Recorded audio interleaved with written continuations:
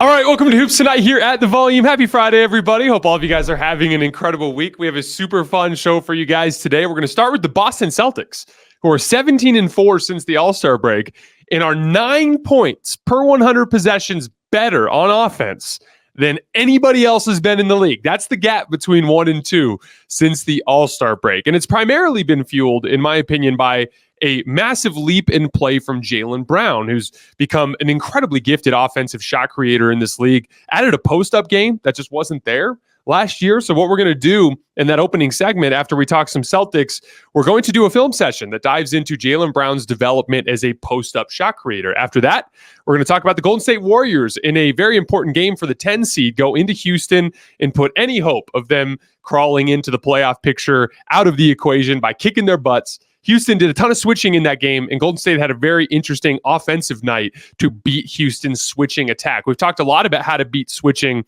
over the course of the year. I want to dive into, on film, the different ways that Golden State beat Houston's switching attack. After that, we're going to go into a mailbag. I've got looks like three topics that we're going to hit in our mailbag section. You guys know the drill. Before we get started, subscribe to our brand new YouTube channel so you guys don't miss any more of our videos. Follow me on Twitter at @_JasonLT so you guys don't miss any show announcements, as well as the film breakdowns that I do from time to time on Twitter. Also, our podcast feed, wherever you get your podcasts, under Hoops Tonight. It's also super helpful if you leave a rating and a review on that front. And then last but not least, keep dropping mailbag questions in those YouTube comments so we can keep hitting them throughout the rest of the season. And then before we get started, if you guys have ever had a frustrating experience buying tickets, I want to tell you guys about Game Time, especially this time of year. This time of year is the best time to go out and see a basketball game because of the intensity of the men's and women's tournaments. Obviously, the Final Four is going on up in Phoenix this weekend, but we're also about to head into playoff basketball, and there's nothing like NBA talent playing with real urgency that you get to see when we get to the postseason. And Game Time just has an incredible experience when it comes to buying tickets. They have all-in pricing that shows your total up front, so you know what you're getting yourself into, and you know exactly what you're going to pay before you check out. It's an easy, non-convoluted process. You can buy tickets in seconds with as few as 2 taps. And one of my favorite features, you can actually see what the view from your seat looks like before you show up to the arena, so you know exactly what to expect when you arrive. They also have really cool deals that pop up, like their flash deals and sponsored deals on tickets for football and basketball, baseball, concerts, comedy, theater, and more. And with zone deals, you can pick the section, and Game Time picks the seats for big time savings. So take the guesswork out of buying tickets with Game Time. Download the Game Time app, create an account, and use code HOOPS for $20 off your first purchase. Terms apply. Again, create an account and redeem code HOOPS. That's HOOPS for $20 off. Download Game Time today. Last minute tickets, lowest price guaranteed. All right, let's talk some basketball. So the Boston Celtics, as I mentioned earlier, they're 17-4 since the All-Star break. They are the first team to get to 60 wins this season.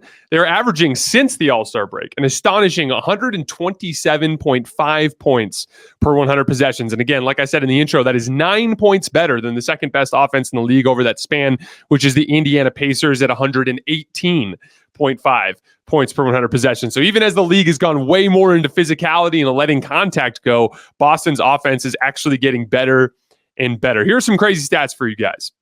So as I've talked about a lot over the course of the season, I really wanted Boston to add more versatility to their attack. Obviously, we think of them as the best volume three-point shooting team in the league, right? And that's true. That's bared out in the statistics and is a big part of what they do offensively. But to start the season, they were getting very little in the paint relative to the rest of the league. And there have been several specific changes, a lot of them that I was specifically calling for during the middle of the season, that have helped flush out a more versatile attack from Boston, who has actually become a very good paint scoring team over this span as well. To give you guys some numbers, before the All-Star break, the Celtics made 16.3 threes per 100 possessions, which obviously was the most in the league. Over that span, though, they were 27th in points in the paint scored per 100 possessions. Post All-Star break, they're actually making more threes. 18.3 made threes per 100 possessions. And despite that, they are still all the way up from 27th to start the season. They have moved all the way up to 12th post All-Star break in points in the paint scored per 100 possessions. So they've gone from a team that can make a lot of threes but can't score in the paint relative to the rest of the league to a team that makes the most threes, is making even more threes, and is now a top 12 paint scoring offense in the league over this span. So several key areas where we're seeing changes there. First, on the offensive glass, which is one of the things I called for in the beginning of the season, if you guys remember. They were 18th in offensive rebound percentage before the All-Star break. Post All-Star break, 9th in offensive rebound percentage. They're also showing better shot selection. Pre-All-Star break, they took only 38.3 shot attempts in the paint per game and 9.3 mid-range jump shots, okay?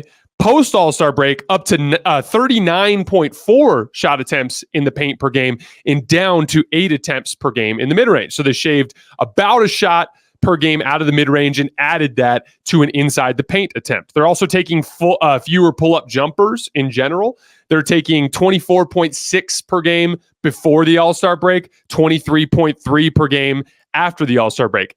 And then lastly, they're getting way better shots in transition at the rim. So before the All-Star break, they had just a 127.8 offensive rating in transition, which ranked 15th in the NBA. Big thing I noticed on tape there was they'd be running up and down the floor for three-point shots. And they're running a lot more for dunks and stuff at the rim now. Post All-Star break has moved up from 127.8 all the way to 145.4 offensive rating in transition possessions. That is the second best mark in the NBA over that span. So really, they're doing all the same stuff that they've been doing, except they've been a little bit more deliberate about getting into the paint, and they are crashing the offensive glass more and running in transition for better looks instead of threes in transition. That has been the driving force behind Boston becoming a better paint scoring team. That said, there's a specific player that's also taken a leap over the course of this span, and that is Jaylen Brown. Before the All-Star break, he averaged 22 points per game on 49% from the field and 34% from three. Post All-Star break, Jaylen Brown is at 27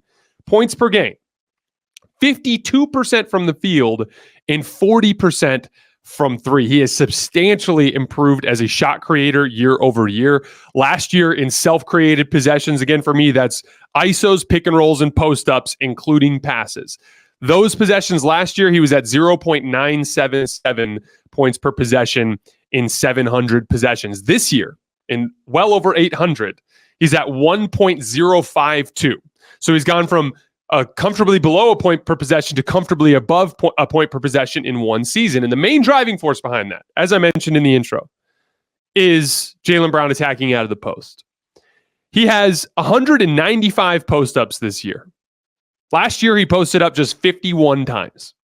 In those 51 post-ups last year, he got just 0.90 points per possession. This year, in 4 times the volume, he's getting 1.07 points per possession, including passes out of post-ups. That ranks 13th out of the 30 players around the league that have logged at least 150 post-ups. The only non-bigs that are ahead of him are Kawhi, Pascal Siakam, LeBron James, DeMar DeRozan, and Luka Doncic. That's it.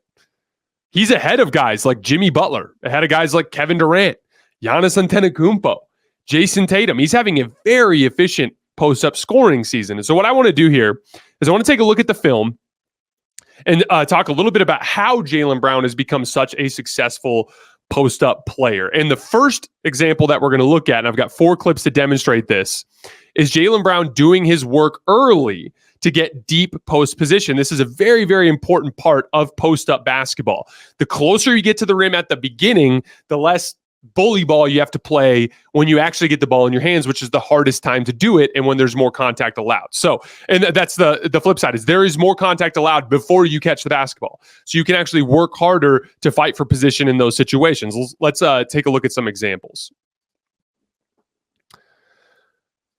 All right, so first here, we have Jaylen Brown working against Royce O'Neal. And again, look at right here as he's setting this like kind of flare screen here for Hauser to come off as a shooter on this end. He actually backs into O'Neal and starts fighting for position right away. Look at that. Right as he set his feet to try to get in Bobo's way, he held his ground and fought for a deep catch right underneath the basket. Now he's going to take a turnaround fadeaway over his right shoulder here.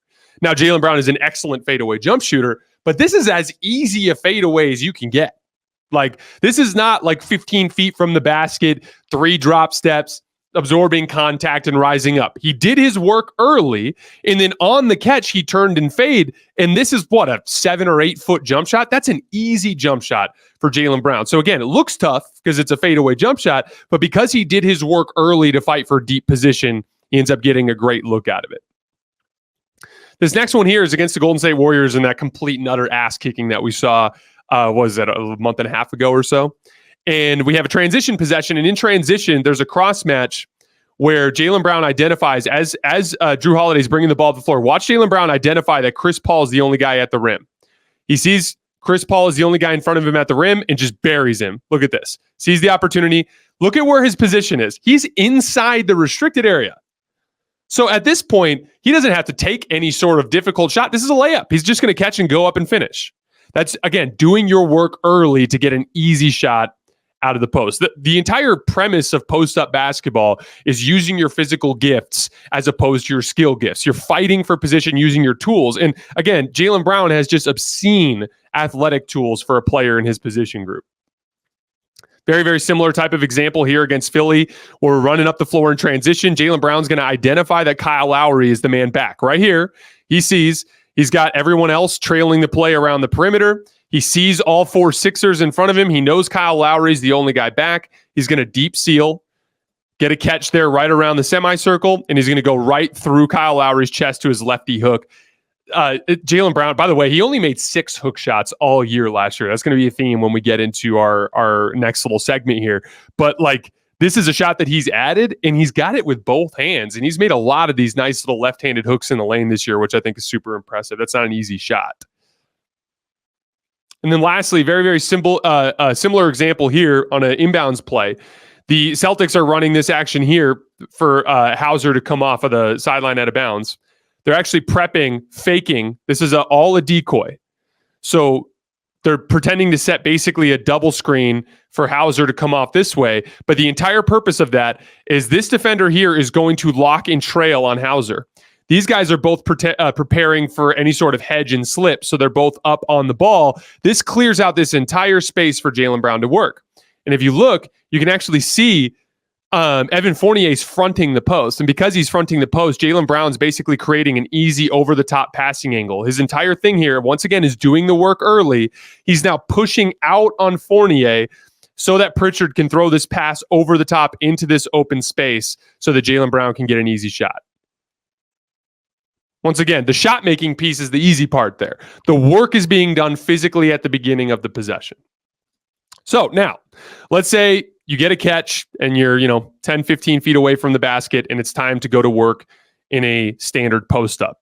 For a guy like Jaylen Brown, the key is using your physical gifts to be aggressive and play bully ball whenever you can. Now, these next 2 clips, these are 2 of my favorite clips from Jaylen Brown from this season. I loved the way that he went at Bradley Beal in this game. Bradley Beal is a very, very good athlete, one of the best athletes in the league at his position, but Jaylen Brown's bigger than him, and he wanted to send this message to Bradley Beal early and often in this game. So here we go. We're all the way out on the wing. He's going to turn this ISO into a post-up by turning his back. Using pivots. Bradley Beal's overplaying that right-hand shoulder because most right-handed players coming off of the left block are going to try to come over their left shoulder for a hook in the lane, and most of them aren't comfortable going to their left-hand side. Jaylen Brown is very comfortable going to that side, as we talked about earlier. But in this case, Bradley Beal gives him such a big angle that he's able to bury him underneath the basket and basically get what amounts to a layup. And here we go again. We're going to get on the other end, another post-up, cleared side post-up here. Bradley Beal against Jaylen Brown. This time he is going to go to that right-handed hook. Now, he just beat him to the baseline side, right? This left foot was up higher. This foot was back more. He was squared up almost at like this angle instead of at that angle. And so now Jaylen Brown actually has the ability to get back. Bradley Beal's playing him more straight up. So now he's going to go to that left shoulder hook like we talked about. But again, notice when he took that drop step into the lane, he didn't let Beal bump him off his spot. Beal's trying to bump him, and he's holding his ground. You can actually see Beal's head jerk back like a foot there because Jaylen's bringing the physicality of that situation. He's almost straight up and down on this hook shot. That's a super high percentage shot. Here's a clear side post up in transition against Denver. He's going to see Michael Porter Jr., and he's going to go right through his chest to a left-handed hook. Very physically aggressive play. This is one of my favorite types of post-up plays. When you see, I've talked about this with Jokic before. When a player is physically engaged with you, that's your best opportunity to make a physically aggressive move. When they're playing off of you, it's much harder because they can actually take steps to beat you to a spot. So like, for instance, if there's like a gap between a player and I try to go right, the player can slide and meet me. But if they're actually connected with my body, I can go right around them and get away with a little bit of a chicken wing. So Peyton Watson here is going to get way too connected with Jaylen Brown, way too far away from the basket. So again, Jaylen Brown's dribbling. Peyton Watson's connected with him like 7-8 feet away from the basket. And so Jaylen Brown sees that as an opportunity to go right around him. See how he kind of gets away with that little bit of a chicken wing because they're already engaged. And then in this case, Peyton Watson actually has some size on him. So he jumps straight up into Peyton Watson's body and extends his left arm out to create the shot angle. But he's so far underneath the basket that even though that's a tough shot, he's so close that it becomes an easy shot. And then lastly, here's one. Let's see here. Against Kason Wallace. Now, again, we talked about the hook shots. Jaylen Brown's also one of the best tough shot makers out of the post in the league. He's been one of the best turnaround fadeaway jump shooters in the league. Now, I prefer it as a counter. And to Jaylen's credit, one of the reasons why he's been so efficient as a post-up player this year, he's used it as a counter. He's taken it when he's had the right matchups, when he's feeling in a groove. This is a difficult shot. But one of the things I like about it, watch how quickly he pivots over his right shoulder and how at the end he goes straight up and down. So he's turning, but like watch, he's going up here, right when he turns, squared right there. Watch, he's squared all the way up. There's no more spin in his body. He did the spin early, and the jumper itself is more or less straight up and down. And that's what I talk about when I talk about using your leg strength and using your athleticism to turn a difficult shot into basically the same muscle memory you use when you take other shots around the floor.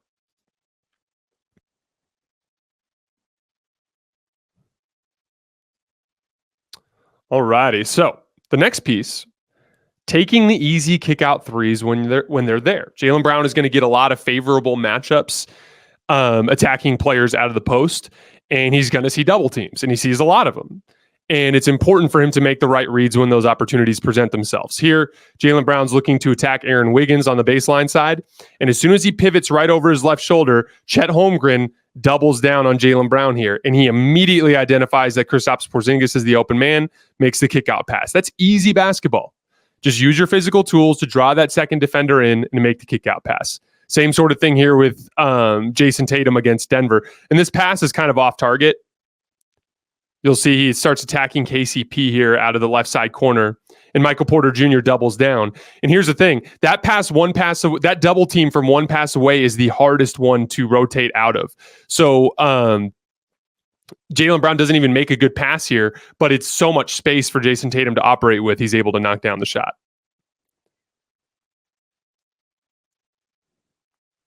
Last piece I want to hit, the concept of using post-up double teams to get the defense into rotation. So it's this one, actually. Okay.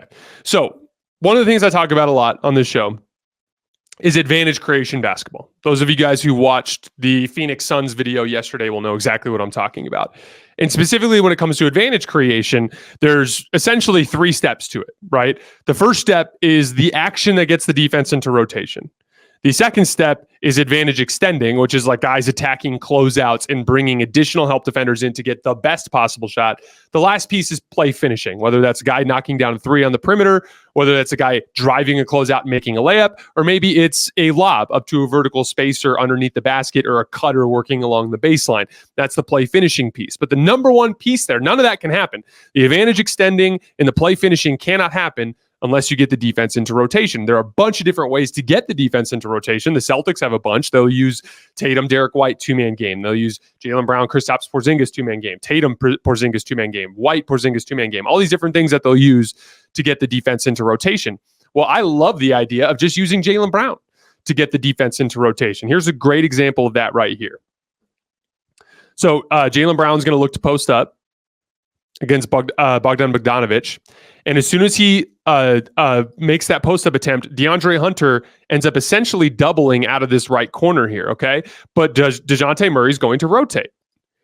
But at this point, this is classic Celtics basketball. The Celtics all season long have made the extra pass, the right extra pass when the defense is in rotation to get those wide open threes. So this is a wide open three for Derek White that he makes, that Drew Holiday is going to get credit for the assist for.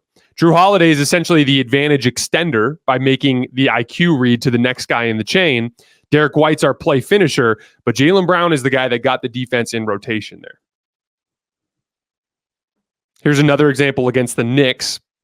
We're going to get a double team of Jaylen Brown at the right corner, kind of starting in transition.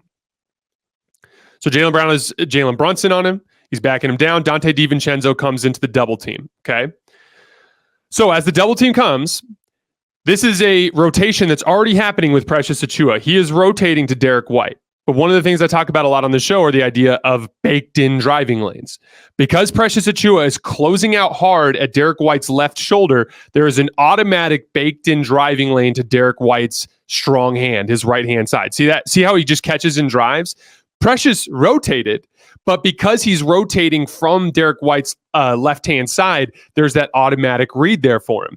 So now, as Derek White gets through, because there was in the rotation, if we go back, look. So originally, Josh Hart is on Drew Holiday here in the corner, right? But as soon as the double team happens, watch everybody rotate. So Precious goes to Derek White, Isaiah Hartenstein goes to Tatum, Josh Hart goes to Kristaps Porzingis. So now Derek White is now making that advantage extending play. He's taking the read, which is the baked-in right-hand driving lane, and he's immediately identifying that Jalen Brunson in his rotation out of Jaylen Brown has not covered much ground, and that Josh Hart is engaged with Porzingis, and that Drew Holiday is the wide-open shooter on the weak side, makes the read, Drew Holiday makes the shot. Once again, Jaylen Brown, the advantage creator, Derek White, the advantage extender, Drew Holiday, the play finisher. We got one more, and then we'll be out of here for the Celtics at least.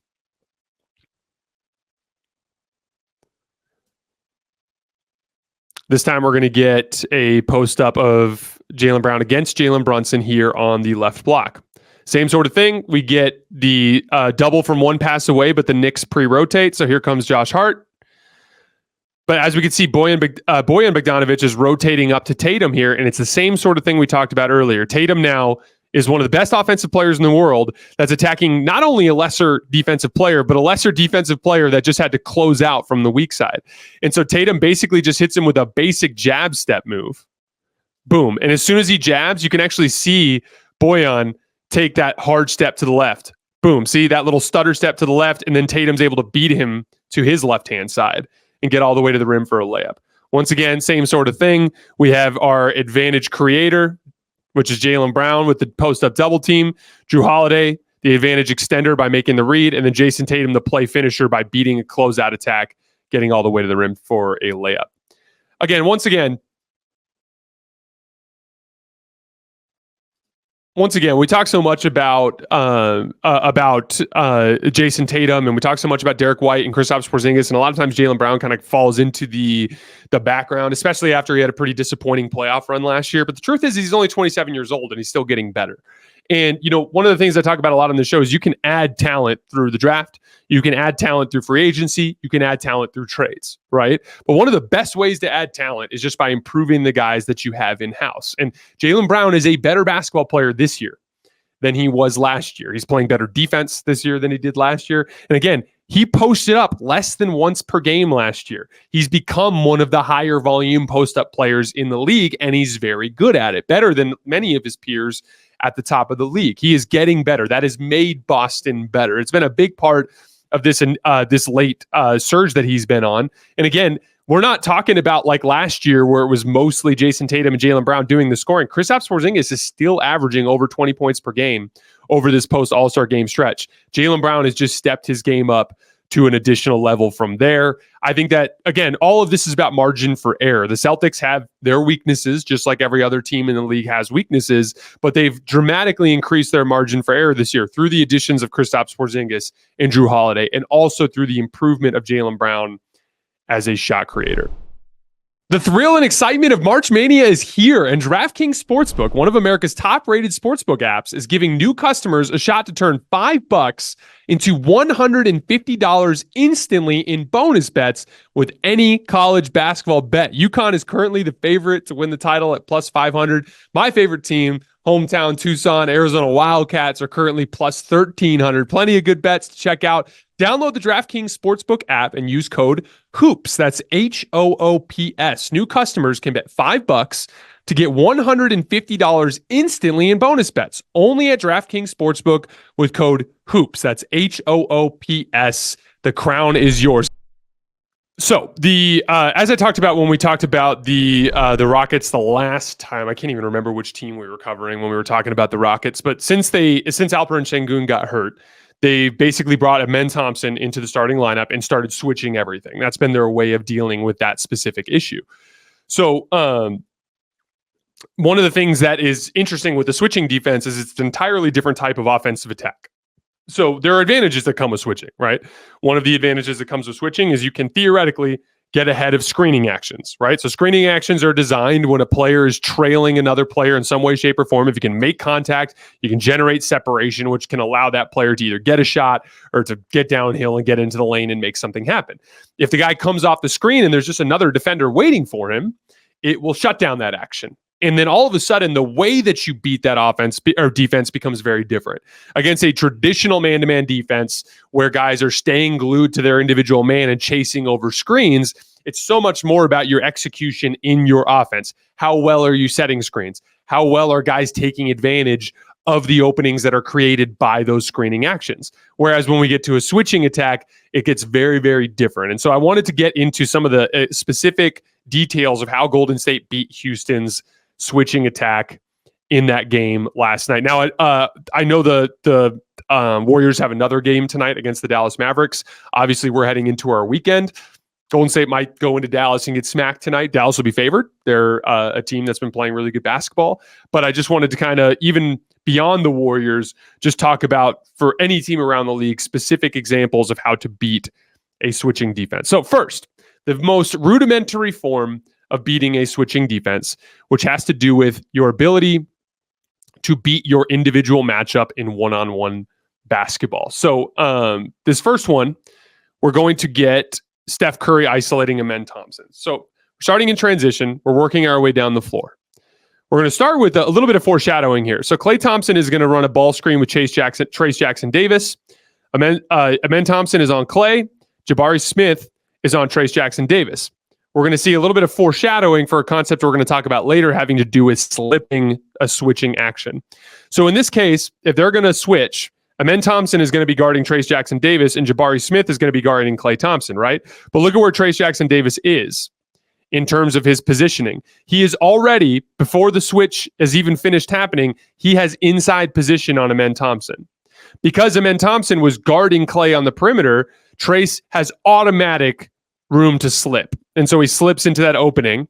Now, Amen is a good athlete, and Dylan Brooks offers some help, and so they're able to kind of rotate out of it. But that's an example of slipping out of a switch. We're going to get to a better example of that later. The ball gets worked back around. As you can see, Fred VanVleet is on Steph Curry, but he sets a little pin down for Andrew Wiggins. That gets Jalen Green on him. And then he runs a little handoff type of thing with Trace Jackson Davis here.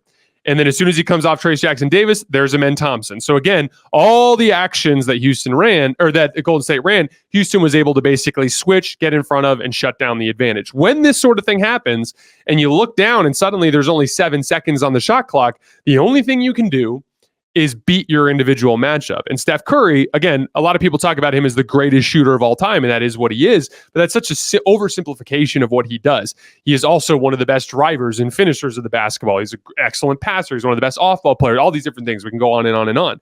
But he just takes Amen Thompson, who's an excellent perimeter defender, who slides his feet really well, and just simply toasts him off the dribble with a right-to-left crossover and a nifty little shot in the lane. That's just beating your individual matchup to beat a switching attack. This next one, very similar type of deal, Klay Thompson against Amen Thompson. This is an offensive rebound out of a free throw. Klay Thompson is Dylan Brooks. Dylan Brooks is probably the best perimeter defender on Houston, so he's going to call for a screen from Trace. We're going to get another switch. Trace is going to clear. By the way, there was kind of a little bit of a slip opportunity there again. Same type of over-the-top positioning I was talking about. And Klay Thompson's just going to go to work against Amen Thompson and take a little step-back jump shot over his right shoulder and knock it down. Now, you can beat your matchup in more than one way. You don't have to just beat it scoring the basketball. This is an example of Trayce Jackson-Davis beating his matchup on the offensive glass. So he has Jeff Green on him at this point in the possession. But we're going to get, again, a switch between Fred VanVleet and Jabari Smith. And then in that dribble handoff, Trayce Jackson-Davis gets Jabari Smith switched on him. You can just tell by looking here, Jabari Smith not as big as Jeff Green is. So now Klay Thompson has Jeff Green on him. He's going to work. Trayce Jackson-Davis immediately starts backing his way in. Watch what Trayce does. I've got this size advantage. I'm working my way into the paint. I'm creating rebound positioning. So now when the ball gets worked back out to Andrew Wiggins ends up taking a late pull-up three off the dribble here. Trayce Jackson-Davis, once again, working his way in. Jabari Smith's trying to box him out. Trayce is just bigger than him. Bigger and stronger, gets the offensive rebound, dunks it. Once again, winning a matchup, one-on-one, just this time on the offensive glass. So one of the core ways to beat a switching defense is to beat your individual matchup. Now, our second way to beat a switching defense. One of the things that happens with switching is it kind of plays into the laziest tendencies of defenders. So for instance, let's just take a guy running off of a screen, for instance. If a guy is running off of a screen and he knows he has to chase, he's going to run like crazy to follow him over the top of the screen. If he's chasing a guy to a screen and they're going to switch it, he might stop running and be like, okay, my teammate's going to take over. I can go ahead and relax here for a second. And in that split second, when teams start to relax in their switching scheme, you can find openings. Let's look at some examples here.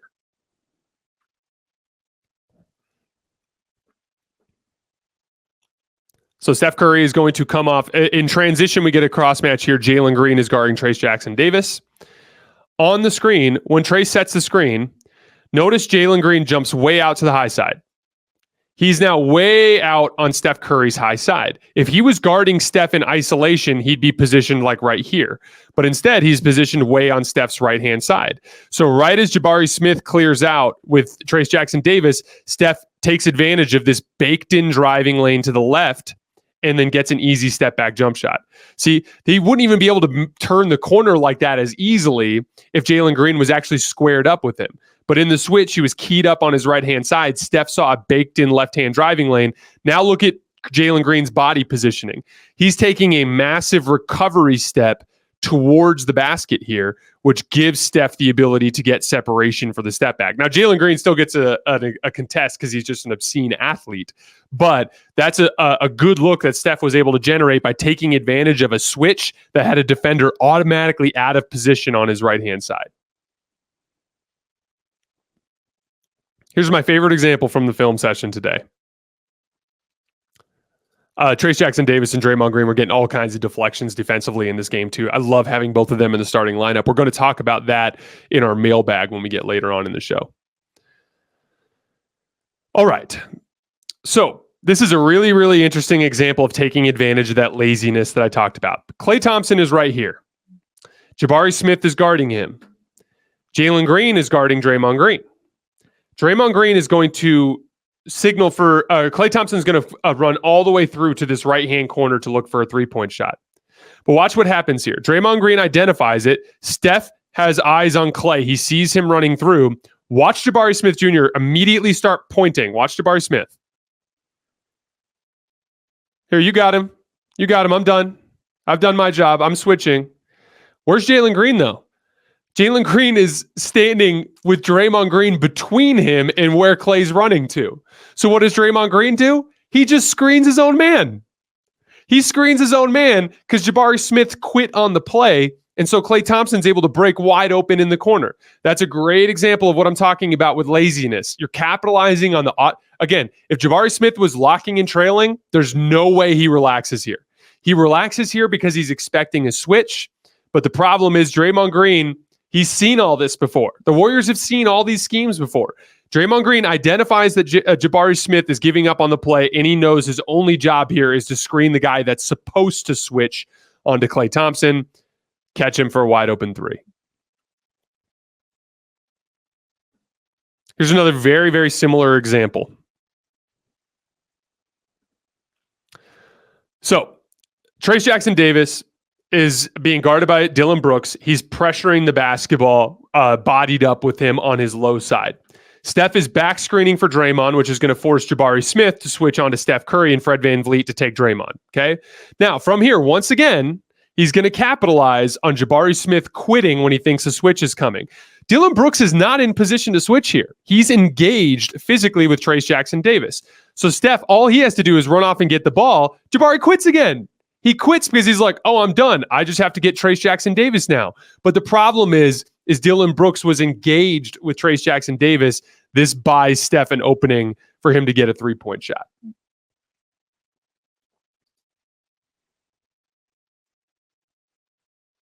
All righty. Now, the two more clips I want to look at. First, bringing a second defender and using a mismatch to get the defense in rotation. So Andrew Wiggins runs like he's going to set a down screen on Fred VanVleet. This forces the switch. So now Amen Thompson takes Curry, and Wiggins heads Fred VanVleet. Watch Steph immediately point. He goes, we got our matchup. We got Wiggins on Fred VanVleet. If you watch it again, you can literally see them quickly identify it. Boom, switch, point. Give it to him in the post. They make the post entry. All Wiggins has to do here is back down. He draws Dillon Brooks in rotation. We get a wide open three for Klay Thompson. Now, Klay actually misses this shot. But this is, again, getting the defense into rotation. Once they're in rotation, the scheme doesn't matter anymore, right? When the defense is loaded up, the switching versus the traditional coverages, that means everything in terms of what you're going to do next. But as soon as the defense is in rotation, it's just drive and kick basketball. So one of the best ways to attack a switching defense is just to find a mismatch and use that to get the defense to lean that way or to send a second defender over and then just make the appropriate kick out passes and play drive and kick basketball from there. And then our last one, slipping the switch like we talked about earlier. So Dillon Brooks is going to miss another three here, working down the left side of the floor. We're going to get a Steph, Trayce Jackson-Davis ball screen. Now, like we talked about earlier, Fred's on Steph. Jabari is on Trayce Jackson-Davis. As soon as the screen is set, watch Trayce deliberately try to get behind VanVleet. Boom. Not even trying to set a screen. There's no reason for him to set a screen because they're going to switch it anyway. As soon as he's done this, Jabari is now on Steph. Fred VanVleet is now on him.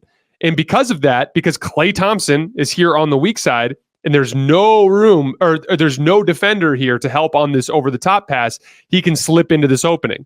Steph identifies it immediately, throws the pass over the top. Dillon Brooks is guarding Klay Thompson, and he has no choice but to step over now. He steps over. Trayce makes the excellent read to Klay Thompson in the corner, and he nails the three. This is a team that's been a good defense most of the year, and that has been a pain in the ass for a bunch of different reasons. And Golden State just picked them apart. They had a 134.3 offensive rating in that game, despite having 21 turnovers. As a matter of fact, when you actually look at shots that they took in the game, they had a 73.1% true shooting percentage, which is like completely outrageous. It means in possessions where they actually took a shot, their offensive rating was in the high 140s. That's completely outrageous. And for a team that's been struggling offensively for a while now, a big part of it, Steph got going in this particular game. That helps. Really smart, high IQ basketball to beat a difficult scheme to beat. And a good example, too, of just the ceiling this team is capable of getting to on the strength of their IQ and how much of an advantage that is when you get into the postseason. We'll see what ends up happening against Dallas tonight. We will be covering that game in the Monday show when we get back from the weekend. All right, let's get to our mailbag before we get out of here for the night. So our first question. 1 second, I'm pulling up something for the mailbag. All right. So similar to how you did a breakdown on the Spurs, can you maybe touch on the Bulls? Personally, I think it's been time to move on from Zach and Vooch, and as much as I love him, Debo too. I know the whole Lonzo trade/injury derailed our plans as we were the number one seed with everyone healthy. And now these past 2 years have just been ugly. However, there's hope. AC obviously is a stud that can fit any team. More importantly, though, I think both Kobe and Io have shown that they're a capable young backcourt to build around. I went to school with Io, and I just love to see him and Kobe take the reins in a rebuild. I think it's time Chicago takes its medicine and tears everything down. Your thoughts? I 100% agree. Let's start with Io and Kobe. Obviously, I love the dynamic because you guys know how I feel about the ideal kind of configuration of a modern NBA backcourt. I want a defensive-minded guard, and I want a skill guard. That's the perfect configuration that Io and Kobe fall into. Also, Kobe's having a really good season. And again, it goes beyond the box score numbers. This is his first opportunity really to get high usage. To give you an example, he only ran 320 pick and rolls last year. He's already at almost 1,000 this year. I think he's at like 997. So that goes to show you, like, this is his first real opportunity with the basketball in his hand. Shooting over 40% on pull-up jump shots. That's substantial. And then also, he's going to hit over 1,000 pick and rolls. And among all the players in the league, remember, that's that 1,000 pick and roll list is my high volume pick and roll list. I look at those players at the end of the season as a big indicator of shot creation. He's at 0.97 points per possession in like almost 1,000 pick and roll reps this year. That's really good for a first-time opportunity to do that. There are guys, of course, there are guys that are more efficient than him at that. And obviously, you want to see him crack over a point per possession probably by next year. But for his first opportunity to do that, to basically be a 1 point per possession pick and roll shot creator, especially on a team that can struggle with 3-point shooting from time to time, which is an important part of spacing the floor for a pick and roll attack, I think that's really impressive. And so I think he has legitimately the potential to be a number 2 on a really good team. But they do need a number 1. So from there, again, like we talked about with the Wemby thing, first step, find out who your number 1 is. Once you have a legitimate number 1, got to get a number 2. Once you have your number 2, that's where I'm not necessarily a believer in the 3-star build. Once you have 2 legitimate star level players that are good enough to be slotted the way that they're slotted, then you start targeting role players that accentuate their gifts. You don't want to get out of order there. So for instance, I know that the Bulls higher ups are super high on Alex Caruso. This is a similar thing that I've seen around the league. There's the Brooklyn Nets are very high on Mikal Bridges. They love him. They view him as a culture guy. That's great. You don't have your stars yet. And Mikal Bridges is not that guy. I don't think Mikal Bridges is good enough to be a number 2 even, unless he's alongside like a true top tier type of superstar. Alex Caruso, one of my favorite players to root for. He was so underrated in that Lakers title run. Was devastated when Jeannie Buss let him walk for nothing. I'm a huge fan of Alex, but it doesn't make sense to have Alex Caruso on your roster when he could be flipped for asset return when you don't have a legitimate superstar yet. And so that's where I agree with you. It's time to move from Zach, move from Vooch, move from DeMar DeRozan. Caruso can get you a first-round draft pick, maybe even 2. So like from that standpoint, you want to bring in as much asset return as you can so that you can use those assets either via trade or through the draft to bring in the guy who can be the number 1 that you put next to Kobe White. So I agree. I actually have enjoyed watching the Chicago Bulls this year. DeMar DeRozan is one of my favorite players in the league to watch. He's turned into like a really savvy vet, an incredible playmaker. Always kind of viewed him as a better basketball player than Zach LaVine. But it's just this era has kind of reached its personal ceiling, right? Its individual ceiling that this era can get to. And so from there, it's time to rebuild. Love the Io Kobe backcourt there. Great to build around that. Just got to flip everything you can for asset return. Again, you either want to be young and fun. You don't want to be like old and mediocre. That like you want to be young and bad as you're progressing towards building assets, or young and good as you're progressing towards your future. The worst thing you can be is old and mediocre, and that's what the Bulls are at this point. It's time to pivot towards their youth. All righty, next question. Do you think the Warriors should keep Trayce Jackson-Davis in the starting lineup with Jonathan Kuminga coming back from injury, as they have seemed to found something defensively, or do you think Kuminga has to start? First of all, I don't necessarily think who starts matters nearly as much as how many minutes you get. I even talked about this with Jovan Buha this morning. We were talking some Lakers on his podcast and having to do with Jared Vanderbilt's return. Like, oh, should Jared Vanderbilt start? Oh, should Rui Hachimura start? And to me, none of that matters as long as all of them are playing really big minutes and as long as you close with the right guys, right? And no one's saying necessarily that you're going to close with Trayce Jackson-Davis and Draymond every single game. That's going to depend on the matchup. But that lineup has been killing everybody. They have 49 minutes under their belt so far, and they're outscoring opponents by 28.4 points per 100 possessions over that span, a 119.3 offensive rating, which is off the charts good, and a 90.9 defensive rating, which is way off the charts good. So like they're killing everybody with that group. Trace has been so good defensively. He's such a good read and react player when he catches on the rolls. We talked about some of the reads that he made in the Houston Rockets game in our film session earlier today. Huge believer in Trayce Jackson-Davis. I would stick with that starting lineup. Steve Kerr actually specifically stated in a press conference, I want to say yesterday, that his historical preference has been to stick with the group that's working. So I expect him to. But again, as long as Jonathan Kuminga is still playing big minutes, it really doesn't matter. Alrighty, our last question before we get out of here. This actually isn't a question. I just wanted to throw a couple of crazy Laker stats at you. So this morning, prepping for my show with Jovan Buha, I wanted to pull up some numbers from Lakers rotation stuff. One of the things I complained about over the course of the season was like, yeah, the Lakers have their issues, but they're not making things any easier on themselves by playing guys that aren't their best players. The consistent theme this year has been Taurean Prince and Cam Reddish in particular are guys that are like way down on their roster in terms of their talent level compared to their peers, but they were like consistently towards the top in minutes played, especially Taurean Prince. And Rui Hachimura, who is definitively one of their top 5 or 6 players, was like barely playing for much of the season. And I just this morning over some coffee, I ran a basic search on Basketball Reference and was completely appalled to find the results. So I wanted to show that to you guys. So I'm just going to put it on the screen here for a second. So this graphic you guys are looking at here, these are Rui Hachimura's 11 lowest point totals this year. Or excuse me, minute totals this year. So as you can see, in these 11 games, he played fewer than 19 minutes. The Lakers went 2-9 in those games. They are 35-17 when he plays more than 19 minutes. Big shock. Playing your best players helps you win games. This is Taurean Prince in his 26 lowest minute outputs this year. What stands out to you? Again, sorted by minute total, his 26 lowest minute total games, they literally went 22-4. 22-4. This is, again, he started more than 3 times as many games this year. Or, excuse me, he started more games this year than he did in the previous 3 seasons combined. He has been miscast for the majority of this season as a high-minute starter for the Lakers when he's actually been like a 2 or 3 shift bench player everywhere else he's been. And when he's been used like that, the Lakers have been awesome.